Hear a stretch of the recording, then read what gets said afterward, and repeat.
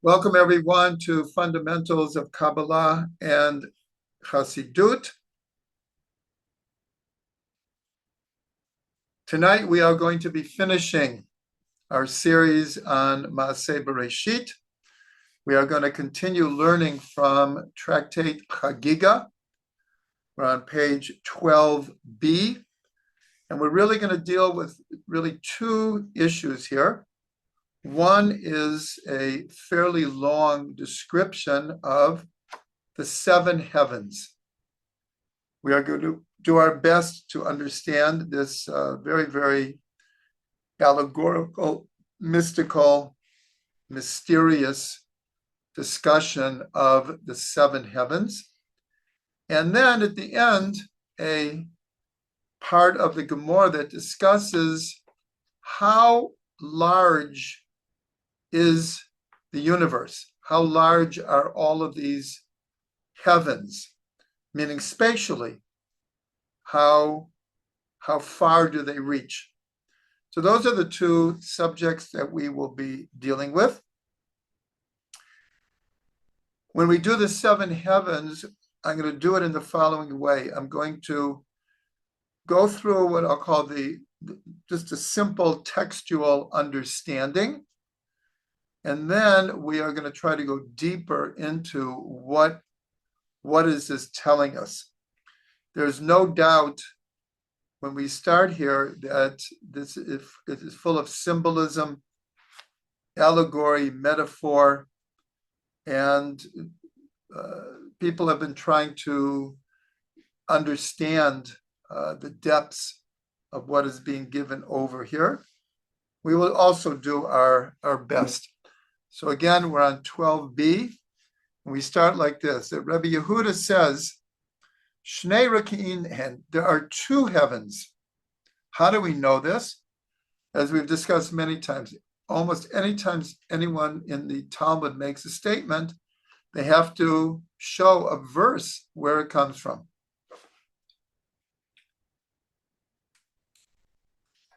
So his verse is, Hein LaHashem Elokecha Hashemayim Ushmei Hashemayim. That to you, God, your God is heaven and the heaven of heavens. And from this, he understands that there are two heavens. But Reish Lakish, a very, very famous sage, says, Shiva, there's seven heavens. Elohen. So I'm going to name them in Hebrew and English, and then we're going to go one by one and just explain what Reish Lakish says is happening in each of these heavens. As I said, then we're going to have to kind of revisit all of it to understand a deeper level. So what are the seven heavens? The first one is called Vilon, which is translated as curtain. Even today, in modern Hebrew, a curtain is called the Vilon. The second one is called Rakia. This is one that we know from the account of creation. The second day of creation talks about the formation of the Rakia that's separated between the upper and the lower waters, and it's called a heaven. Here, it's called the sky, the atmosphere, the surrounding space around the earth. The third one is called Shechakim, mills, grinding mills. The fourth one is called Zevul. This is called a residence, a dwelling place. The fifth one is called Maon, which is an abode, also somewhat like a dwelling place. The sixth one is called Machon, and here ArtScroll translates it as arsenal. It's interesting, in modern Hebrew, a Machon means, in many cases, an institution. An institution will be called Machon X, whatever the name of the institution is. And the last one is called Aravot. and that is called planes. So these are the seven heavens. So now we're going to go back, and all of this is according to Reish Lakish. So what happens in the first heaven? Vilon. So he says, Eina mishamesh klum, ela nichnas shachri v'yotze aravit. U'mechadesh b'chol yom Ma'aseh Bereishit. So here he says that it has no purpose other than morning comes and leaves, and then evening comes and leaves. But significantly he said, this is a verse we've discussed many times, and we say it twice in our morning prayers, U'mechadesh b'chol yom Ma'aseh Bereishit. That in this first heaven is where the works of creation are renewed every day. So here he's explaining, this sounds very much like a physical atmosphere around the earth, where day comes and then evening comes and time is renewed. That is what the first heaven does or accomplishes. And again, just because of time, each one then brings a verse showing that this word Vilon, or any of the other words, is connected to a verse. The second is called Rakia. The second heaven is called Rakia. Again, we know this from the second day of creation. So what is going on in that heaven? So he says, Shabo chama ulevana kochavim umazalot kavuin. That this is where the sun and the moon and the stars and planets and the constellations are fixed in their rotations.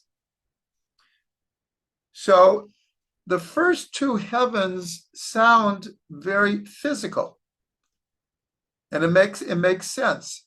In other words, there's an area close to the earth, and then there's, call it outer space, but a limited, meaning it's the solar system and perhaps our galaxy, the Milky Way. Those are the first two heavens.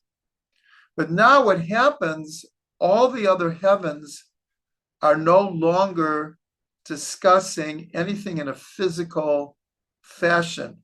They're all spiritual ideas going on in these different heavens. So this makes sense because we know there's a deep connection between physical and spiritual.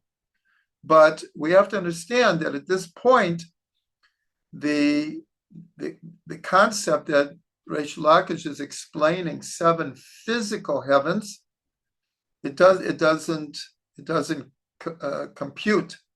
The first two definitely are in the physical realm, but now when we go into the third one, which is called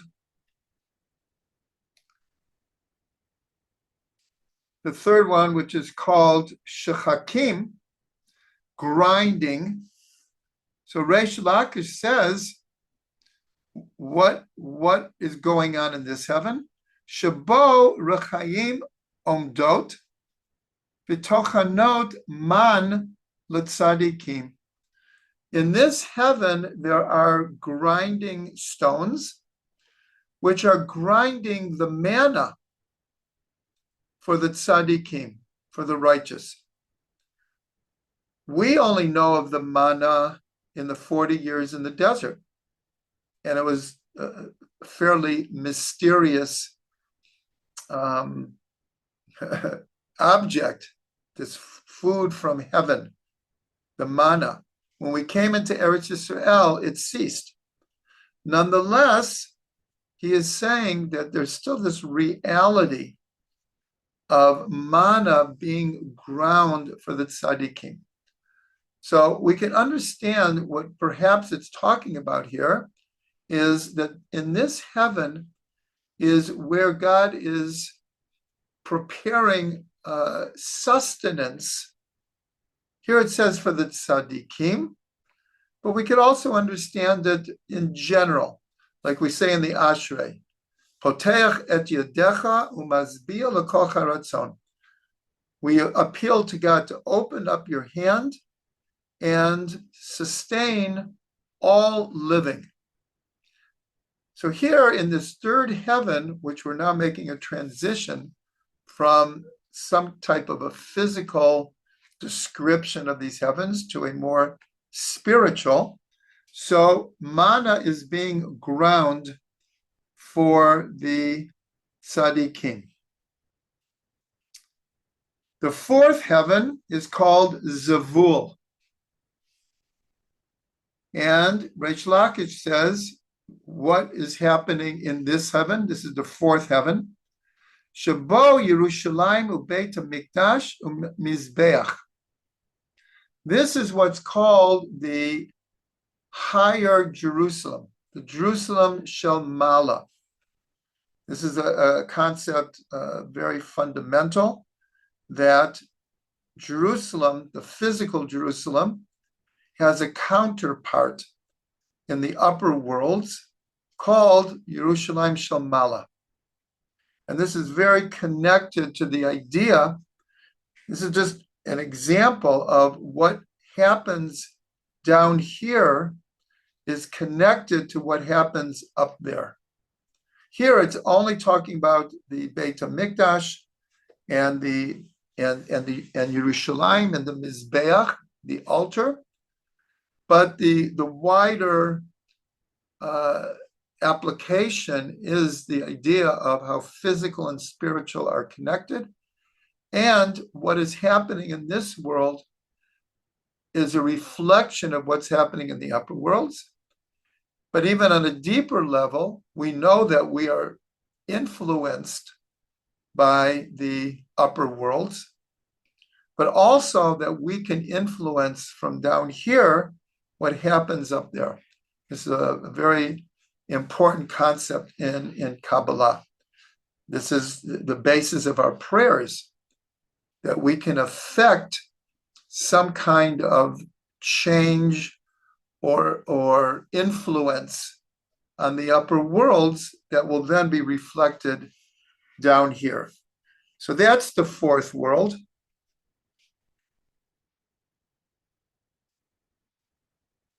And he adds that Umachayel Hasara Gadol Omed Umakriv Alav Karban. And he adds that one of the called the archangels, Michael.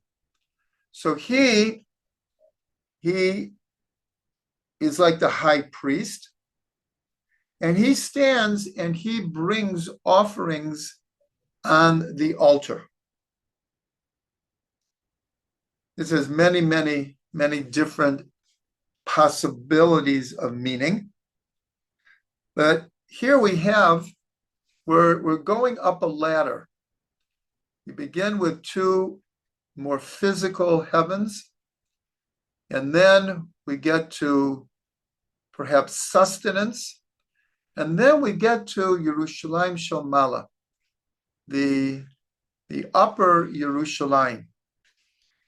The fifth heaven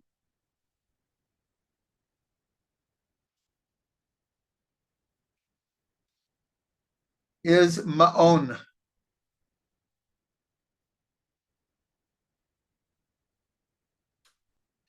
Just 1 second.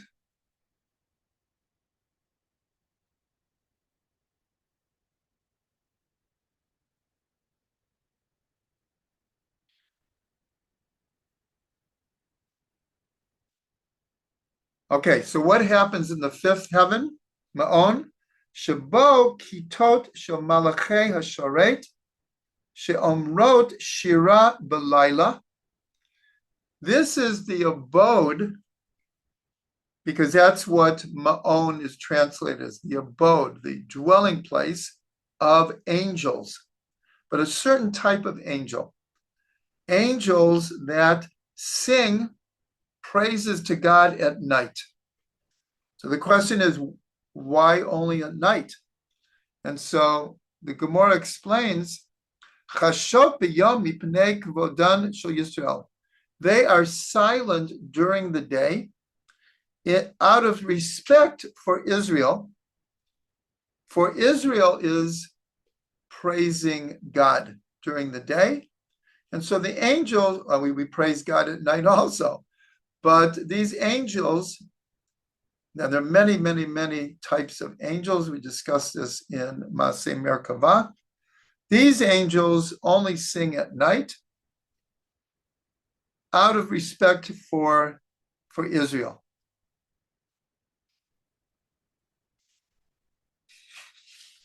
So that's the fifth heaven.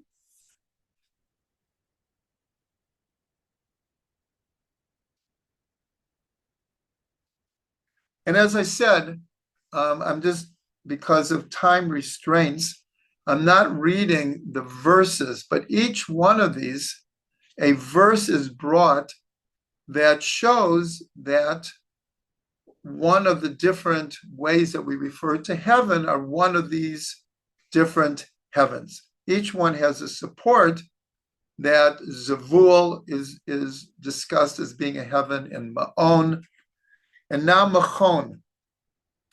Now this one, in a certain way, is the hardest to understand. What is happening this is the sixth heaven. It's a very, very high heaven here. So it says, Shabo otzrot sheleg v'otzrot barad. Here there are storehouses of snow and hail. Aliyat talalim ra'im, like attics full of destructive dews, and chadira shel sufa, and also of beads of water, and a chamber of whirlwinds and storms.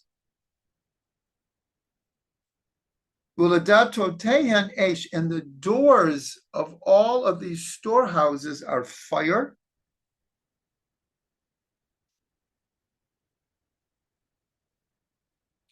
So here it's like we've been dealing with beautiful spiritual concepts, angels singing at night, Yerushalayim Shomala, sustenance, the manna for the tzaddikim. All of a sudden, it sounded like there's all these not so positive storehouses in this heaven. And so the Gemara asks, it's a little bit surprising. But what they ask is, are these things in heaven? These things are on earth. We don't have snow in heaven. We don't have whirlwinds in heaven, or at least the way we understand it. So the Gemara is asking, what is going on here? So they say, and as a proof that these things are happening on earth, they bring from the 148th Psalm, which says, Tananin v'kol tehomot, Ruach Sarah, Eshav Arad, Shelev v'kitor, Ruach Sarah, Aseh Devaro. That from the earth they praise God, sea giants and all the watery depths, fire and hail, snow and vapor, stormy winds, all fulfill the words of God. So the Gemara is trying to say, we don't really understand. These things are on earth. Why is a description of these same things in heaven? So Rabbi Yehuda says, in the name of Rav, David bikesha lehen rachamim v'haridan la'aretz. That David HaMelech, he requested compassion, and he was able to draw these things down to earth. Now you have a question, like, what's so great about that? What's so great about drawing whirlwinds and snow and hail and destructive winds into this world? So Amar Lefanav, so David HaMelech says, Rabbanu Sha'olam, Lo el chafetz rasha ata, lo yigurcha ra. David HaMelech says, Master of the world, you are not a God who desires wickedness, evil. Evil does not dwell with you. Tzadik ata Hashem, Hashem, you are righteous. Lo yagur b'megurecha ra. And evil things shall not be allowed in your dwelling. So, as I said, this is the hardest one to understand, really, what's going on here. I'll say now, perhaps in the review also, we have a verse that we have used many, many times. Zelu madzeh asa Elokim. This against this, God has made. Meaning, measure for measure. For every action, there's an equal and opposite action. The first letter of the Torah is a big bet. Opposites. The idea that everything in this world appears that there's a balance between everything. So really, to understand the sixth heaven, we're going to now understand the seventh heaven. Because the seventh heaven is, we'll see, is just full of goodness. And so one way of understanding why in the sixth heaven are all these potential destructive or negative forces. And so in a certain way, what David is saying is, these things, you're a good God. And to maintain a certain balance in the universe, there has to be good and evil. There has to be light and darkness. There has to be positive and negative. There has to be AC, DC. There has to be the high tides and the low tides. In other words, opposites are a fact in the physical world and the spiritual world. And so this heaven, David is saying, I understand that these things have to be there in potential to maintain a certain balance in the universe. But God, you are a good God. So let all of these things, if they're going to manifest, let them manifest down here. And on top of it, who says these things are not good? As I mentioned before, it's been raining for well over 24 hours. There are floods all over Israel. It is somewhat destructive, but without the rain, we couldn't exist, especially in ancient times. Today, we have desalination. We are able to pipe water from the Kinneret all the way down to the Negev. But in ancient times, no rain means famine and death. So rain has a destructive element.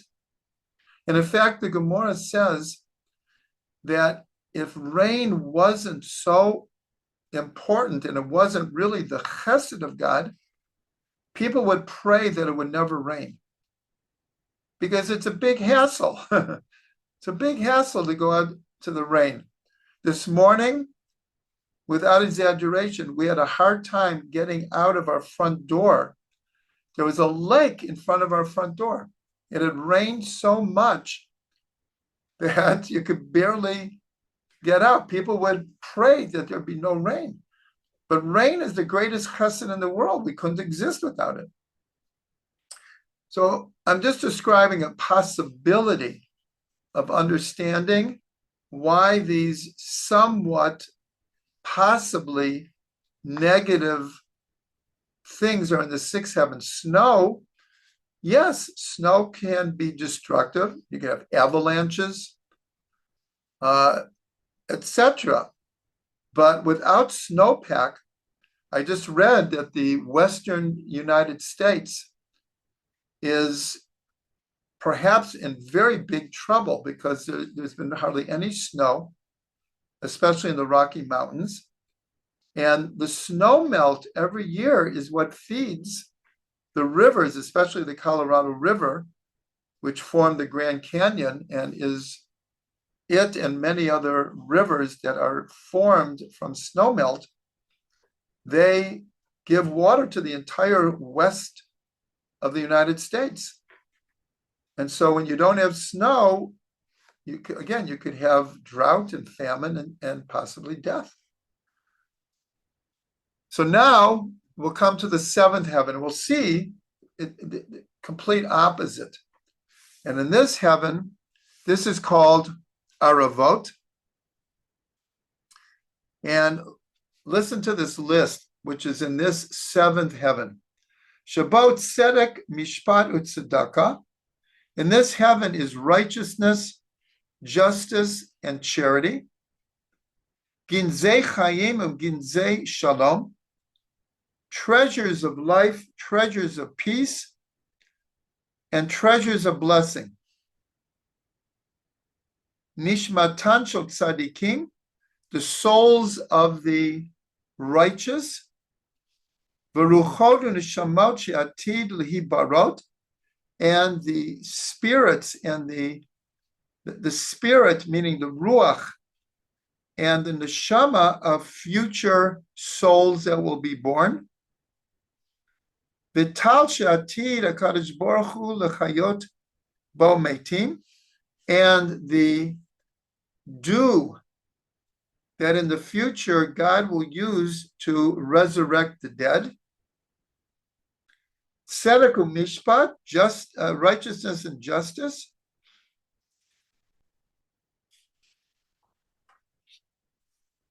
And again, now they just bring verses for all of these concepts that we just said. Verse for each one, for bracha, for chaim, for souls, for justice, for charity. Each one has its verse.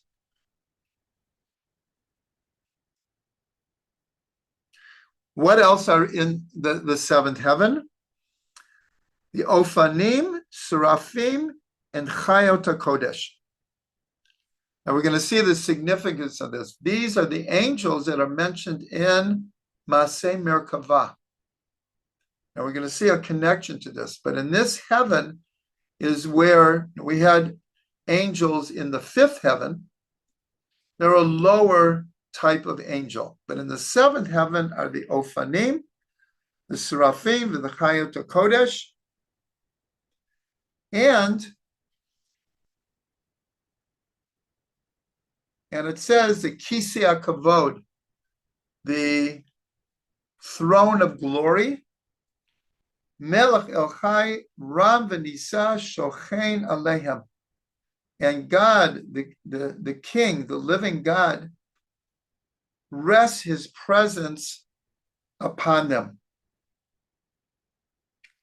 Shneamar Salu L'Rochev Ba'aravot Be'Yashemo, as it says, He who rides upon the plains with his name Yud and Hey. So this is the seventh heaven. So we can now see the balance between the sixth and the seventh heaven, because everything that is happening down here in the earthly plane has its counterpart in the upper plane. And so the sixth heaven, There is negativity in this world. And its source is in the sixth heaven. But David prayed and said, you are not a God of evil. And this is the concept that we've mentioned many times, that no evil comes from God. The possibility of evil, that is how God created the world. But evil itself does not come from God. So now the Gemara says, and with this we'll end this idea. These are the seven heavens. We've, in a certain way, finished the seventh heaven, but Reish Lakish adds something more. He says, Yeshet Choshech Sitro, Sivavotav Sukato. So he says and he's quoting from Tehillim, the 18th Tehillim, he says, darkness, cloud, and thick cloud surround him. And it also says, Chashchat Maim Ave Shechakim. He made darkness his concealment around his shelter, the darkness of water, the clouds of heaven. So the Gemara asks in great surprise, Reish Lakish is saying God is surrounded by darkness, by concealment all around, the darkness of water, the clouds of heaven. So the Gemara says, can this be so? Don't we have it written,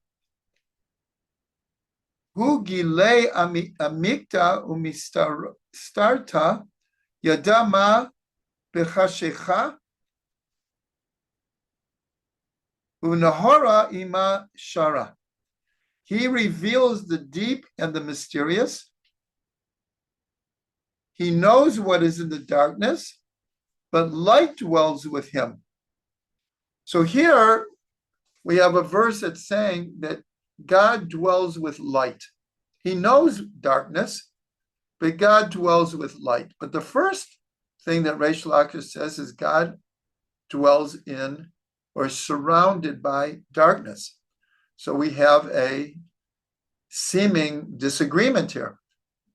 And so, which is very typical in the Gemara, it says, Lo Kashya.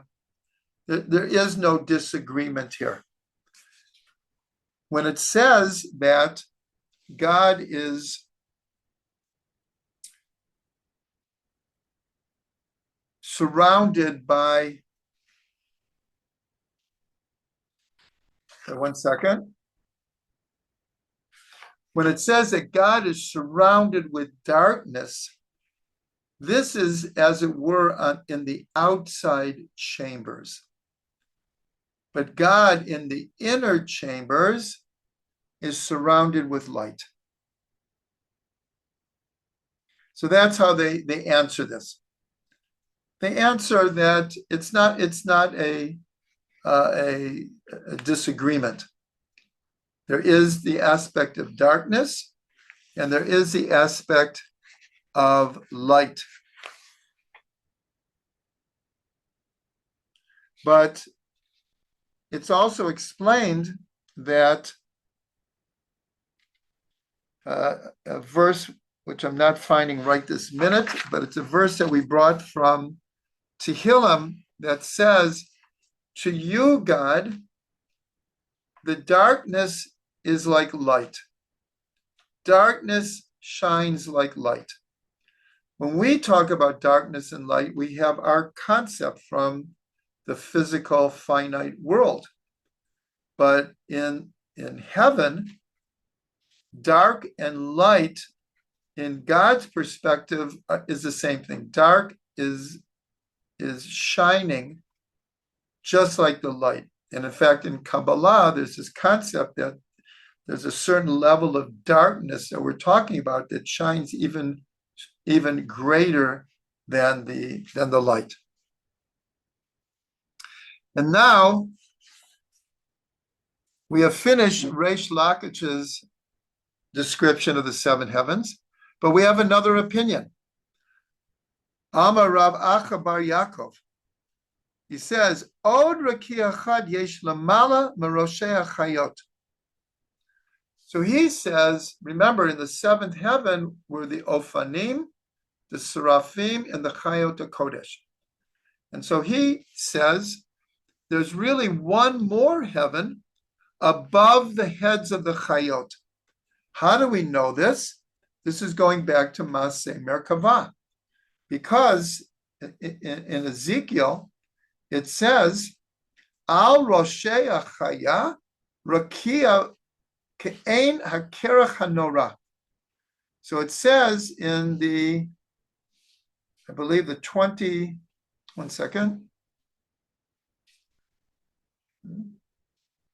In the 22nd verse of the first chapter of Ezekiel, it says that there was a likeness of a heaven above the heads of the Chaya, like the color of the awesome ice. So he says this is talking about an eighth heaven. Now this, in a certain way, makes sense because there's always this relationship between 7 and 1 above 7, 8. 7 always represents a full cycle, and 8 always represents one beyond nature, one above the natural cycles of 7. But then the Gemara says like this. It says, Ad kan yesh lecha reshut ledaber. It says, up to this point, a person has the right to speak, to contemplate. Mikan ve'elach ein lecha reshut. But from this point onwards, a person does not have permission. What is this referring to? If you remember in the Mishnah, which is all of this Gemara is based on the Mishnah, it says that a person should not delve into what is above and what is below, what is before and what is after. And paradoxically, we see, nonetheless, that is exactly what we've been doing. First of all, we looked at what are the pillars that the earth stands on. In other words, what is below the earth? We came up with many different opinions, but we spent a substantial time discussing this. And now we're just going over the 3 different opinions. There's 2 heavens, there's 7 heavens, and there's 8 heavens. There's really no disagreement here. There's no disagreement, especially about the 2 heavens, because it's discussed that the first 2 heavens, that is heaven, and the next 5 are the heavens of the heavens, the more spiritual. So here it's saying, this is like the end of the discussion of the 7 heavens, and it's saying, this we had permission to discuss, but from this point on, we don't go there. How do we know this? Because it's written in the Sefer Ben Sira. The Sefer Ben Sira is one of the books of the Apocrypha that it was not included in the 24 books of the Tanakh. Nonetheless, it is quoted in the Gemara, it's quoted in the Zohar, but for various reasons it wasn't included. So what does it say there? B'mufla mimcha lo tidrosh. That which is beyond your comprehension, don't try to inquire. And that which is hidden from you, do not probe. Because, like we were warned in the Mishnah, you can go to a certain place of questioning, of investigation. But beyond that, there are no really easy answers. And many people get very confused when trying to go beyond what they can comprehend. Now, I want to go quickly into trying to understand these seven heavens. First of all, I'll say many attempts have been made to understand the symbolism, the allegorical meaning of what has happened in each of the heavens. I'm going to bring you just from Rav Ginsburg. Rav Ginsburg explains that these seven heavens,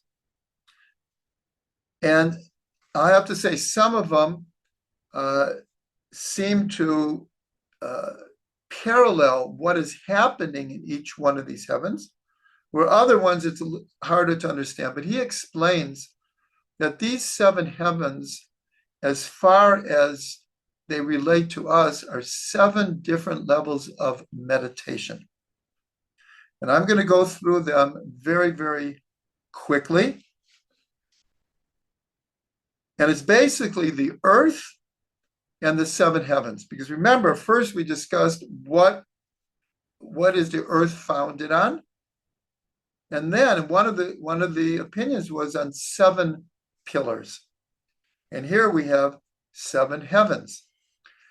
So it's explained that the earth and the seven heavens relate to the Sfirot from below to above. So Eretz is Malchut, because we're going from below to above. Vilon, which is the curtain, this is Yesod.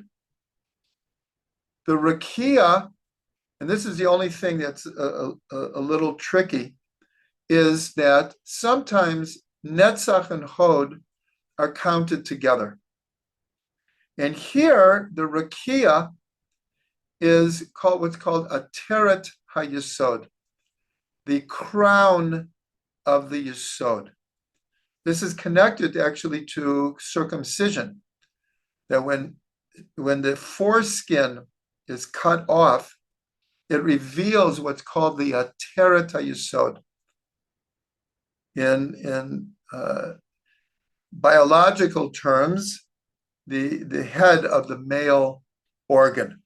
So this is called Ateret HaYesod, and this makes sense because we're saying that Eretz, that Vilon and Rakia are both in the physical level, whereas the other heavens are the more spiritual. The Shechakim, the grinding, is Netzach and Hod. Zevul, which is a residence, is Tiferet. And here I'll just explain. In Zevul is where the temple is. And we're told that the temple was among the most beautiful, stately, awesome physical buildings in the world at the time. And this connects to, of course, to Tiferet. Maon is Gevura. Machon, this is the sixth heaven, and this is the interesting one. This is where all the potential negative things are. This is Chesed, though. As we said about rain, it has an aspect of Gevura, but it's true Chesed. And the highest heaven, Aravot, connects to Bina. Here we're in the upper realms of the Sfirot and the upper realm of the heavens. But now let's go back and look at what Rav Ginsburg is explaining, that each of these heavens, and it's like a ladder, and one builds on the other. And it's different types of meditation, but there's a deep logic to this, a deep unfolding. So on the level of Eretz, of the land, so this is the meditation on the 6 continual mitzvot. There's 6 continual mitzvot mentioned in the from the Rambam, and the 6 are belief in God, and they're called continual mitzvot because they apply to every person in every place at every time. They're more mental mitzvot. So they are the belief in God, the not having any other God or belief in any other power other than God, the unity of God, love of God, fear of God, and not running after our heart and mind. So the first one, belief in God, is the first of the 10 commandments, Anochi. Not believing in other gods is the second of the 10 commandments. Unity of God is the Shema. Love of God is V'ahavta et Hashem Elokecha. You shall love God, your God, with all your heart, with all your soul, with all your might. The 5th one is the awe and reverence of God. And this is from a verse that says, what does God require from you other than to have awe of him? And the 6th one is the 3rd passage of the Shema in Tzitzit, Lo taturu acharei levavchem v'acharei nechem. Do not run after your heart and your eyes to fulfill your desires. So there are 6 continual mitzvot. And Rav Ginsburg, I have to say, I've taught whole hour classes on something I'm trying to give over in like 3 minutes. But these 6 mitzvot are connected to the 6 directions. And we imagine that we're in the middle and we're creating around ourselves a divine space. And we meditate on these 6 mitzvot, and we are the meditator in the middle. And that is based on the idea that there is a 7th mitzvah that wants to be continual. And that's mentioned in the Talmud, that it stated, would it be that a person could pray the whole day through? Here, meaning being in a prayerful state of mind. So again, we're the meditator. We are prayer, as David said, ani tefillah, and we surround ourselves with these 6 mitzvot. The same meditation is used when shaking the lulav to the 6 directions and then back into the heart. We shake to the 6 directions and then draw back to the heart. That is the foundational meditation. Just like the earth is our foundation. We walk on the earth. So Rav Ginsburg says that this meditation is the most fundamental and foundational meditation of all meditations.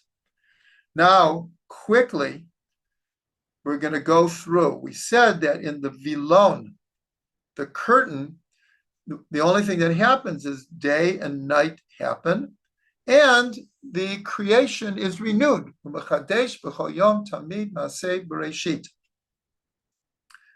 So this is the meditation, to meditate on the constant renewal of creation. And I'll say that sometimes when I'm, let's say, low energy, uninspired, maybe don't know what to do with myself right now, sometimes I sit down and just even for 1 minute, just think that right now the entire cosmos is actually being recreated, not just in our imagination. Something we've discussed, that particles are coming in and out of creation for a billionth of a second in every atom, everywhere. And the world is literally being renewed. And sometimes just to contemplate that for a minute or two gets us back into out of our rote and routine. So this is a whole type of meditation. Then in the next heaven of a Rakia, the firmament, so this is the meditation on the 22 Hebrew letters. As we said that the first two heavens were more physical, and we know that when we say that God creates the world through speech, it's through the Hebrew letters. So we begin with this meditation of the renewal of creation, but the renewal of creation is happening through the Hebrew letters. So here, it's infinite what we can meditate upon on the Hebrew letters. Everyone is invited to come to our website or YouTube and see the 23 videos I made on the Hebrew letters. It's infinite what one can meditate on the Hebrew letters. The next heaven is called Shechakim. That's grounding. So after the letters, you make a word. So this is what the Baal Shem Tov taught when it says, God said to Noach, Bo el teva, come into the ark. But we know that the word ark means word. So here we begin in Rakia to meditate on the letters, and then there's meditating on words.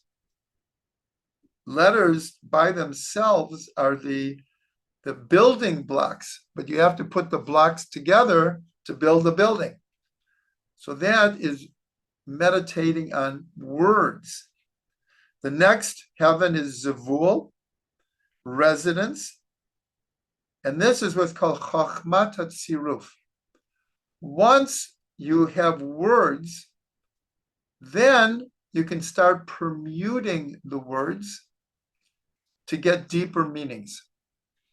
So if everyone is following, there's a tremendous spiritual logic to this. Ma'aseh Bereishit, the renewal of creation, the Hebrew letters, the words, and now the permutations of words. The next one is Maon, and this is called Sod HaChashmal. This is something that we discussed at great length in Ma'aseh Merkavah, this mysterious word HaShmal, which means silence and speech simultaneously. But the idea here is, and we also discuss this in Ma'aseh Merkavah, that when you do permutations of words, many times you get opposites. Chashmal, silence and speech. So in other words, once you start permuting, you enter into this idea of opposites, paradox, and seeing a bigger picture. That is what's called Sod HaChashmal. And of course, these are all types and levels of meditation. And then in the sixth one, and this will help us understand why these potentially negative forces are in the sixth heaven. This meditation is called Yediat HaShem, knowing God's names.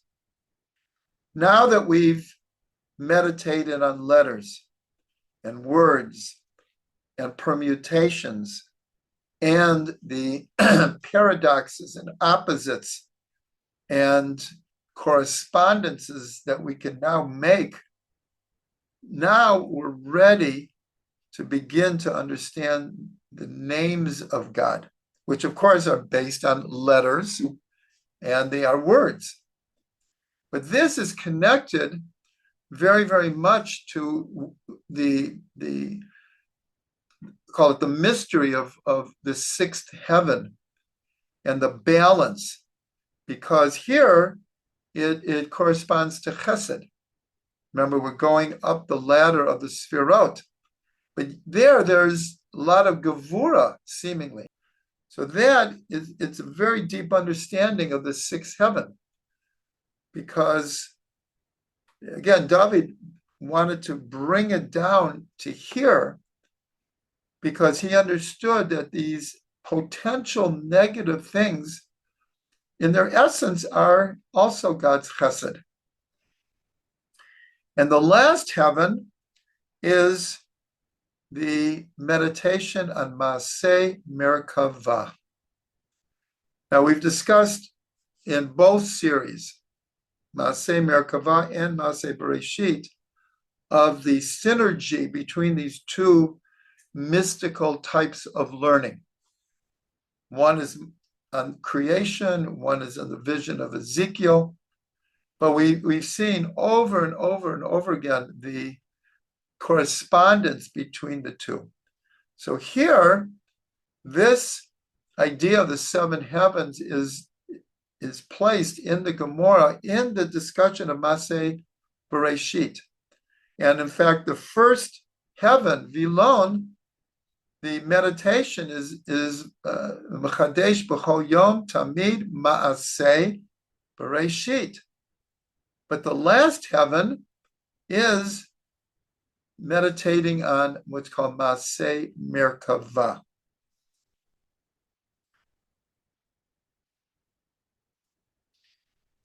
And now, there's this one last idea in the Gemara, because I do want to end the series tonight. So hopefully give me another few minutes here. It's a very, very fascinating idea. I'm just going to explain on the outside. And so what happens is that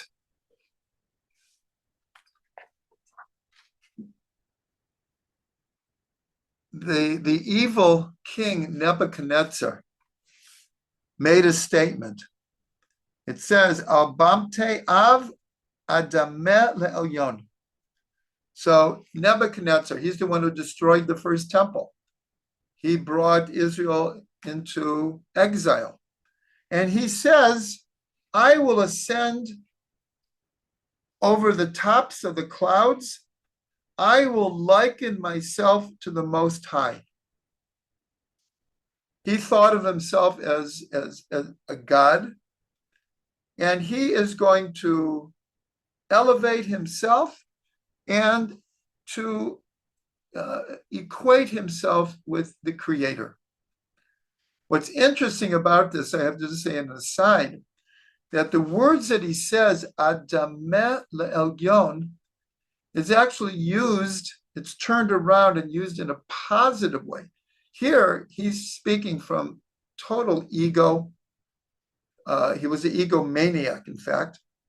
But the idea is, I will liken myself to God. If you look at the word I will liken, it's the word Adam. Adameh le'elyon. And this is in Kabbalah and Chassidut, this is the idea that the divine soul is an actual part of God above. That there is a resemblance. But the Gemara answers like this. This is what they say. This person who is a grandson of the wicked Nimrod. Nimrod is the one who built the Tower of Babel and wanted to do war with God. He wanted to build a tower and fight against God. And so the Gemara says this evil person thinks that he is going to be able to rise above all of these heavens to where God is. So the Gemara asks, how long does a person live? So it brings a verse that a person, the average in our day is 70 years, and if they're strong, 80 years. Now, many people are living to their 90s, their hundreds, but this is a verse, Shivim Shana ve'im begevura shmonim shana. And they bring this, what they're saying is like, this evil person is only going to live 70 or 80 years. And he thinks that he's going to be able to reach the highest heaven. So then comes a discussion, how far is it between each heaven? And just in short, they say that it's a 500-year journey between one heaven and another heaven, and that each heaven itself is a 500-year journey. And so each heaven is 500 years. In between is 500 years. So you have all of these, the Art Scroll attempts to make these calculations. How far can you walk in one day? Multiply that times 500 years. Multiply times each of the heavens, multiply times in between each heaven, and you get tens of millions of miles. But then, listen to this. Then after it says that, it says,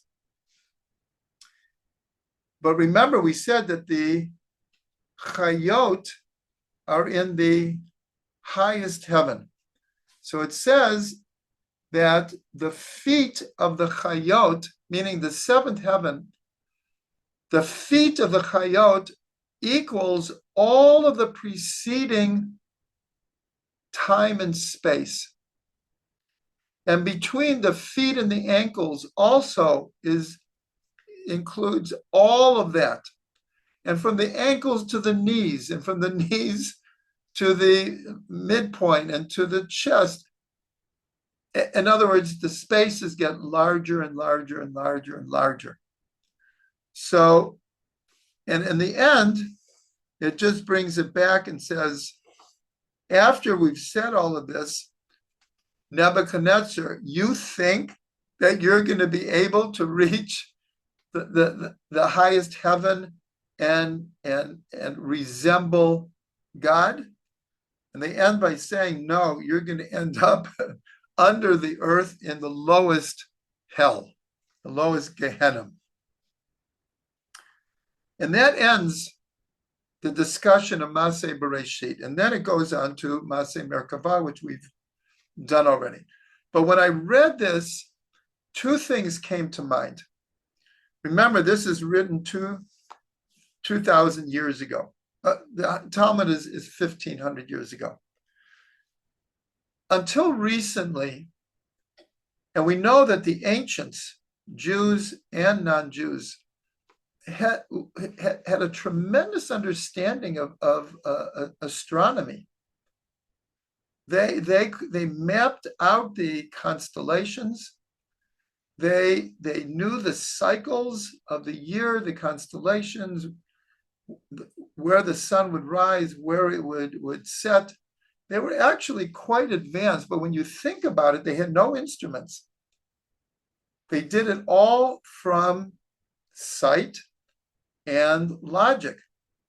So in the ancient time, even let's say you go out to the dark desert where there's no lights and there's no moon, and you look up at the sky, and usually you can see actually the Milky Way in that kind of a sky.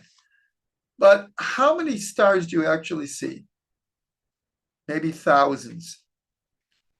And yet the Gemara here, that's all you could see. But the Gemara here is saying that whether we're talking about the physical universe, the spiritual heavens, the combination, because we know physical and spiritual are connected. They are describing an incredibly large universe, but they couldn't see it. But they sensed it through revelation, especially when it says, okay, again, you take the 500 years of each heaven, 500 years in between each heaven, and then all of that is only from the ankles, from the foot to the ankles of the chayot. And all of that is reproduced from the ankles to the knee. In other words, they're trying to describe in symbolic terms a phenomenally large universe. And so it's just something that I've mentioned a number of times because it just absolutely fascinates me that now that they knew it from the Hubble telescope and now the Webb telescope, they're now describing a universe with tens of billions of galaxies. We're talking about, and this is the second thing, light years, billions of light years. We have no concept how many zeros there are when you say billions, but they're now seeing galaxies that are that far away. And what I found fascinating here is when they're trying to describe how far something is, they actually do it in time, 500 years.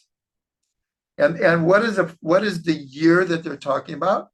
How far you can walk in a day times 365 days. That will become the 1 year of the 500 years. So in a certain way, they are talking in the way we talk about light years, because light years is how far light can travel in a year at 186,000 miles a second times 60 seconds in a minute times 60 minutes in an hour times 24 hours in a day times 365, that equals a light year. But here their description is very similar. And I found that very, very fascinating, that they understood and the connection between time and space, and they're describing how big the universe in connection to time. And time is intrinsically connected to light. But I would actually say it the other way. Light is intrinsically connected to time.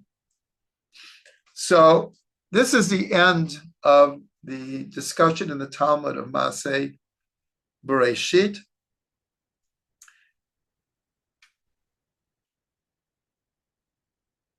Looking for a inspirational way to wrap this all up. I said it before, they say at a certain point you do not have permission to seek out. But as we saw, they discussed a lot. 7 heavens, a universe of almost infinite proportions, though it ultimately is finite. That is the amazing thing. No matter how big we think of our universe, our cosmos, in relation to HaShem, it's finite. It is limited. It has boundaries. Anyways, may we all be inspired by these teachings. When we go back into the account of creation, we should know that every single word of Ma'aseh Bereishit has virtually infinite meaning and depths to it. And I can only pray that the learning that we've done has whetted our appetite for each and every one of us to pursue, not necessarily just Ma'aseh Bereishit and Ma'aseh Merkavah, but of course, learning the entire Torah, and not only learning the whole Torah, but living by it.